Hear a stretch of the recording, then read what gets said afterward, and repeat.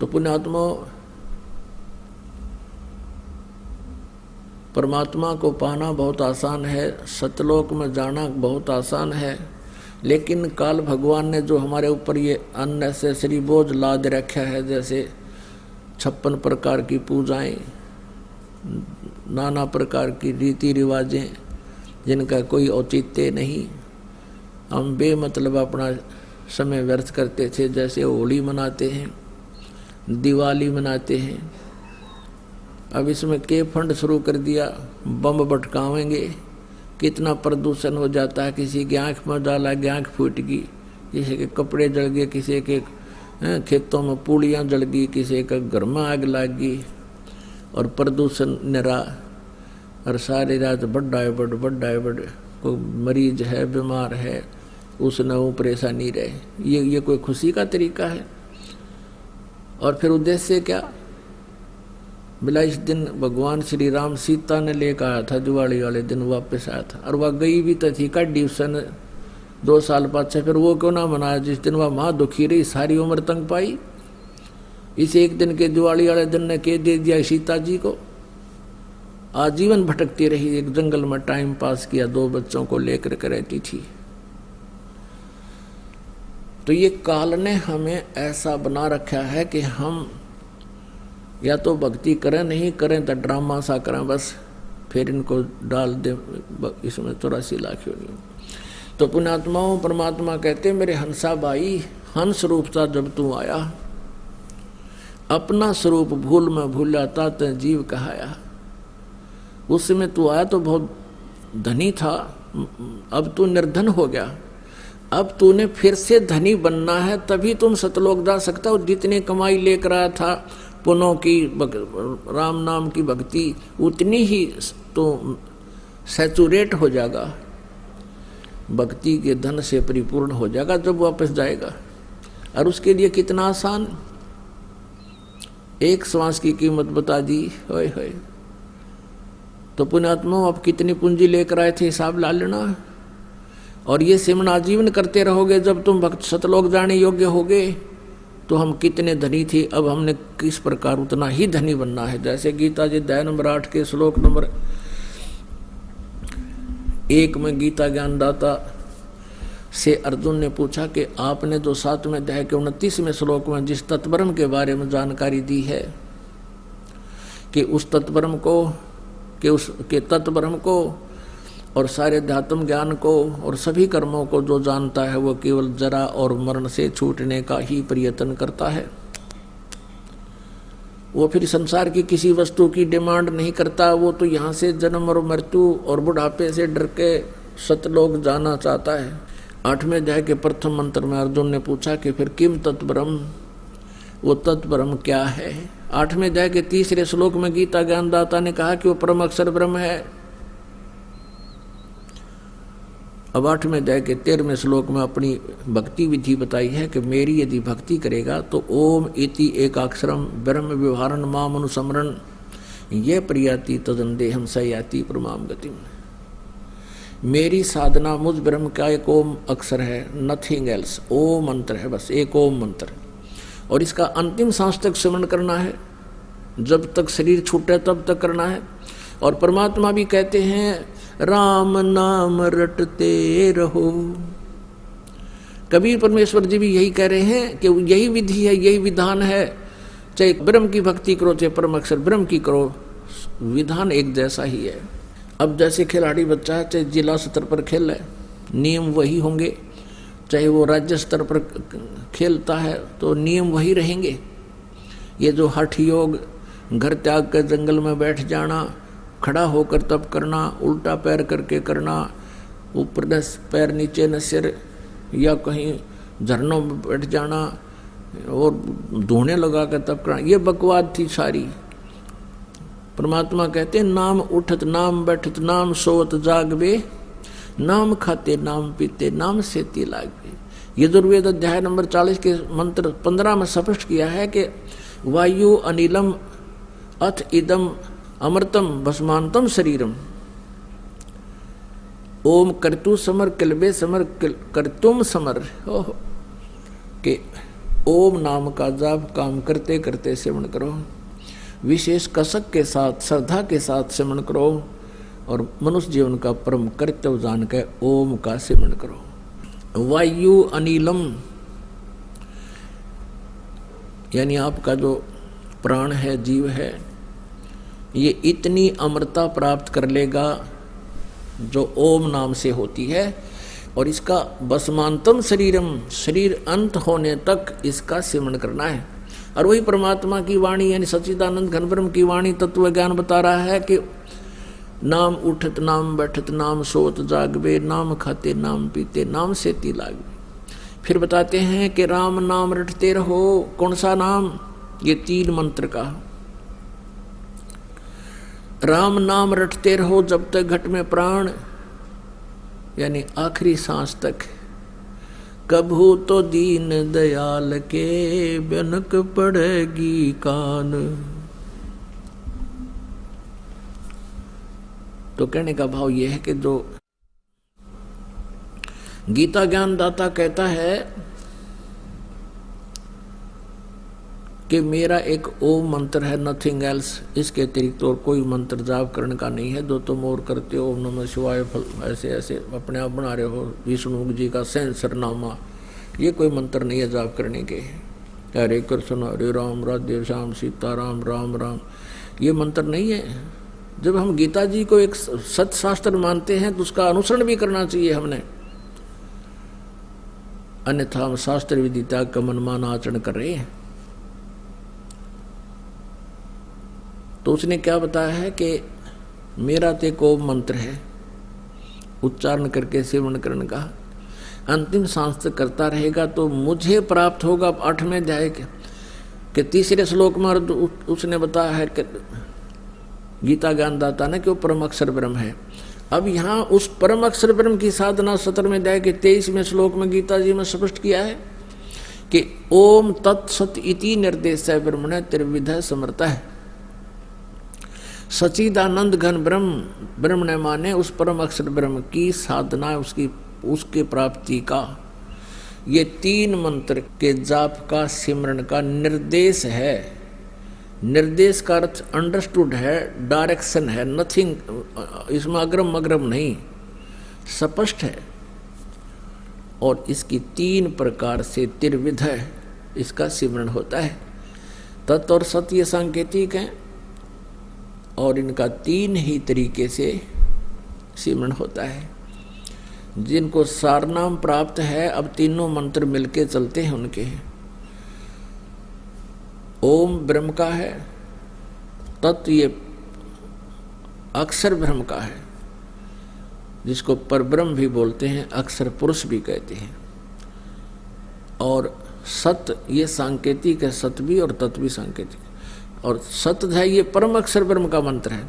तो इसमें जैसे आप जी को बताया कि एक तो साधना है, एक पूजा है, तो 2 मंत्र का ये सतनाम है, ये तो साधना है, और तीसरा मंत्र सार नाम है, ये पूजा है। इसका 3 प्रकार से सिमरन होता है। जिनको ये नाम प्राप्त है वो खूब अंडरस्टूड करते हैं, समझते हैं इसको, उनको अंडरस्टूड है। अच्छा, अब आपको बताया जा रहा है कि इसने क्या बताया है कि 8वें अध्याय के 5 और 7 श्लोक में गीता ज्ञानदाता कहता है तो मेरा सिमरन कर, युद्ध भी कर और मेरे ही भाव में भावित रहे, मुझे प्राप्त होगा। फिर 8वें अध्याय के 8, 9, 10 में तुरंत 3 मंत्रों में क्लियर किया है इसने कि यदि तू परम अक्षर ब्रह्म की पूजा करेगा तो उस भक्ति की कमाई से, भक्ति योग के बल से, योग माने साधना से, उस भक्ति की शक्ति से तू उस परम अक्षर ब्रह्म को प्राप्त होगा। यानी कहने का दास का उद्देश्य जो अब था कि हम जो कमाई नाम की करेंगे, इसकी भक्ति की शक्ति, इस कमाई से हम सतलोक जा सकेंगे। और वो कमाई हमने गढ़ी करनी पड़ेगी, क्योंकि हम निर्धन गणे हो लिए। पहले हम ओम नाम का जाप करते थे और कोई पता ही नहीं था। ओम नाम का जाप जैसा भी उच्चारण करके हमने किया, सारी सारी उम्र करे, हजारों वर्ष तक की आयु होती थी, तो इससे कुछ पुण्य बन जाते थे, उनसे फिर ब्रह्मलोक प्राप्ति होती थी। ब्रह्मलोक में जाके इसने फिर ठगना था हमारे को। हम इससे पहले इससे भी धनी थे, जब हमने खाली करके हमें पटक दिया यहाँ पर, ये हमारे साथ धोखा कर रहा है।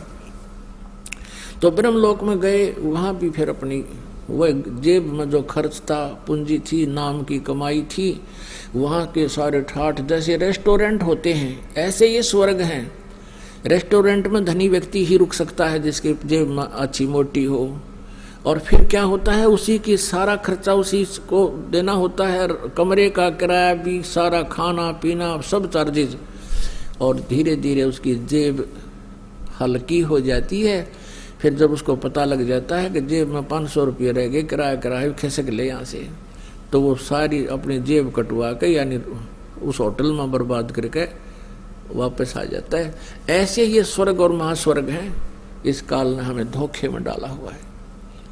तो हम ऐसे गलती करते रहे, हमें पता ही नहीं था, इसका विकल्प नहीं था। अब विकल्प है हमारे पास, परमात्मा ने बता दिया।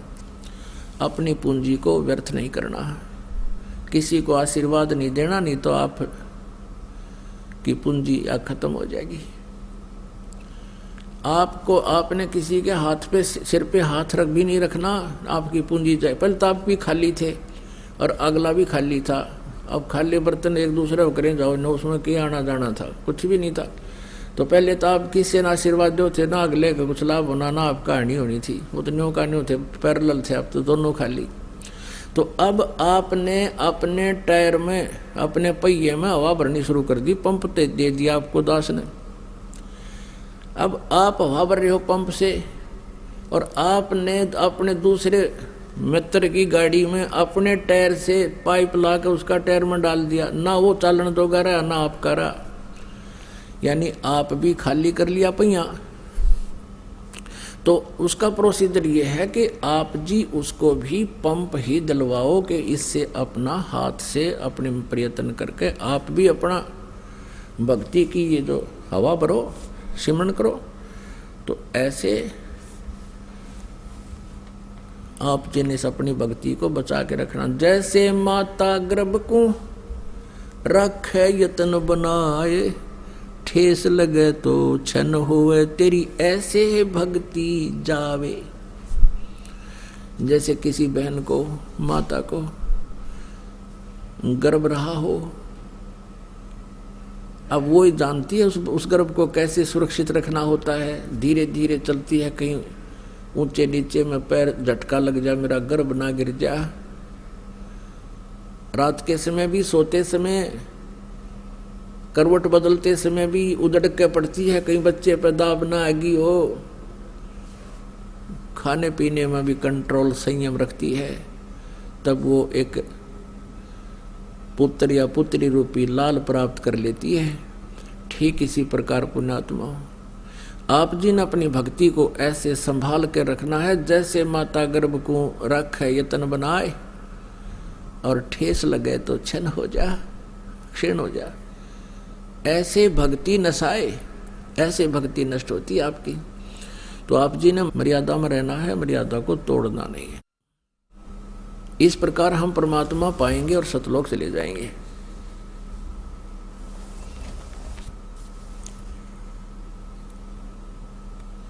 और जैसी हम भक्ति करते रहेंगे उतना ही हमें लाभ मिलता रहेगा। अब परमात्मा ने एक हमें ज्ञान दिया है, यदि हम गलत कार्य करेंगे उसका फल हमारा गलत होगा, परिणाम बहुत भयंकर होंगे।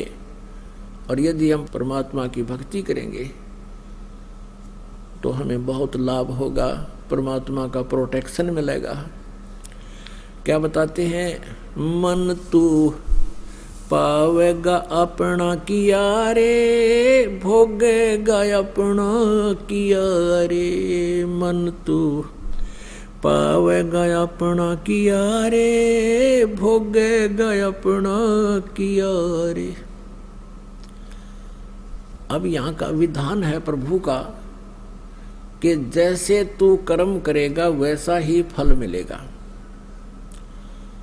तो हम कर्म ही क्यों ना चेंज कर ले, हम उन कर्मों में ही परिवर्तन करेंगे। जैसे हम शराब पीते हैं, मांस खाते हैं या तम्बाकू प्रयोग करते हैं,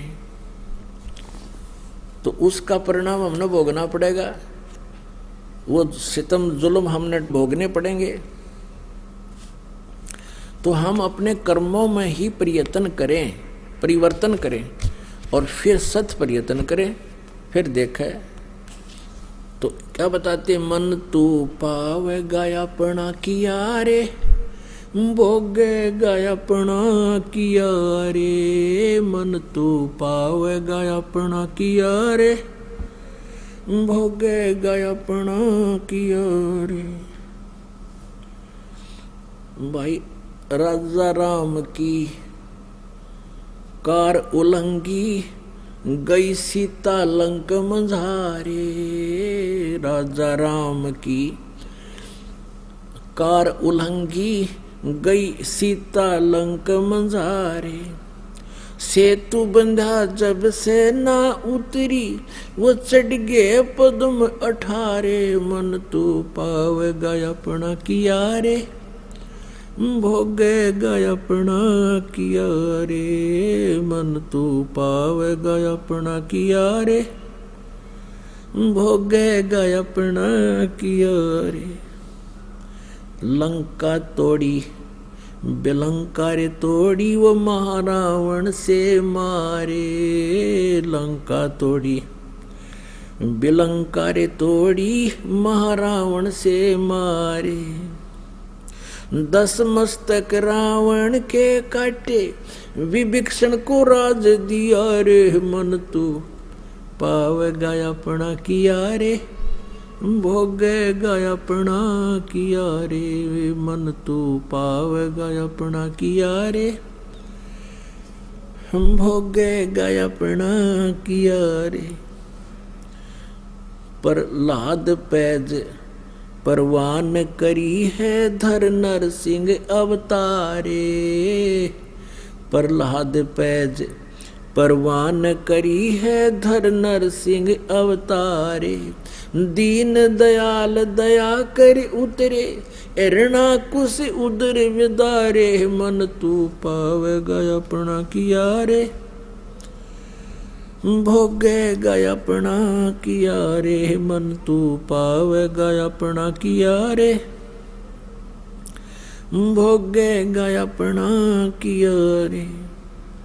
हा हा हु बंदे होते वो तौलत हैं बलबारे। हा हा हु बंदे होते तौलत हैं बलबारे।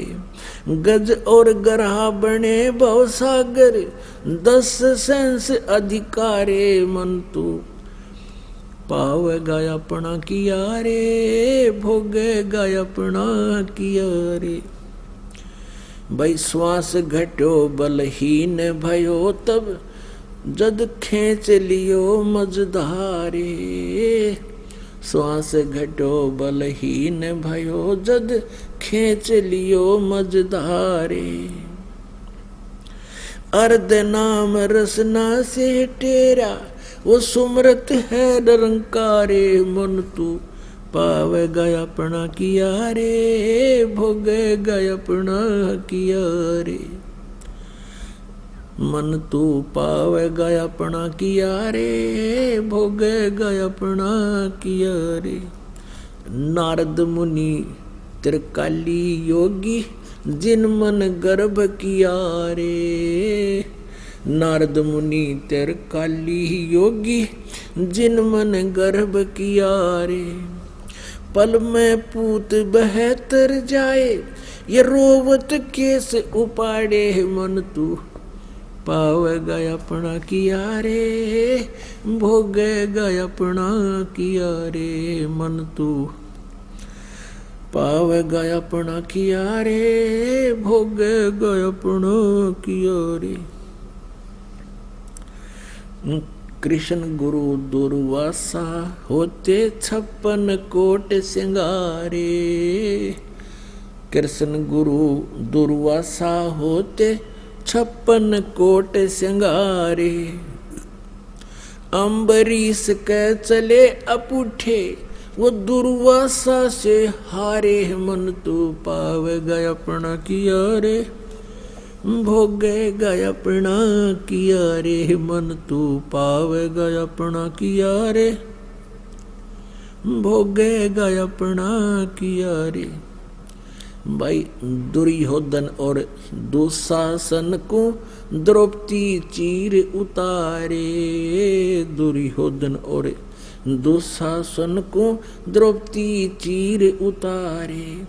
अंधे को पीन गई थी वो बढ़ गे अंत अपारे। मन तू पावेगा अपना किया रे, भोगेगा अपना किया रे। मन तू पावेगा अपना किया रे, भोगेगा अपना किया रे।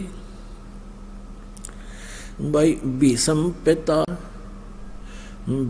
पिता और द्रोणाचार्य ये कर्ण से बाणों मारे।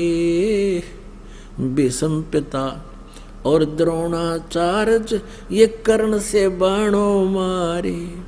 महाभारत में टटीरी के रखे वह घंटा टूट पड़ा रे। मन तू पावेगा अपना किया रे, भोगेगा अपना किया रे। मन तू पावेगा अपना किया रे, भोगेगा अपना किया रे। भाई 33 कोट यज्ञ में आए व 88 सारे। 33 करोड़ जग में आए वो 88 सारे। 12 कोट वेद के वक्ता वहाँ सुपच का शंख बजा रे। मन तू पावेगा अपना किया रे, भोगेगा अपना किया रे। मन तू पावेगा अपना किया रे, भोगेगा अपना किया रे। चमरा कनक जनेऊ काढ़े व विपर पंडित सब हारे। चमरा कनक जनेऊ काढ़े विपर पंडित सब हारे। जुल्हे के घर बालद आई वो केसों से बन जा रे। मन तू पावेगा अपना किया रे, भोगेगा अपना किया रे। मन तू पावेगा अपना किया रे, भोगेगा अपना किया रे। मीराबाई को मारन लागे जहर का प्याला प्यारे। मीराबाई को मारन लागे जहर का प्याला प्यारे। पीवत ही अमृत हो लग्या वो हो गया सरद ही और। मन तू पावेगा अपना किया रे, भोगेगा अपना किया रे। मन तू पावेगा अपना किया रे। भाई कंस के सी चानोर खपावन वो जीतन मल अखाड़े। कंस के सी चानोर खपावन जीतन मल अखाड़े। कृष्ण को तो जस दिया है ये कबीर न कारज सारे। मन तू पावेगा अपना किया रे, भोगेगा अपना किया रे। मन तू पावेगा अपना किया रे, भोगेगा अपना किया रे।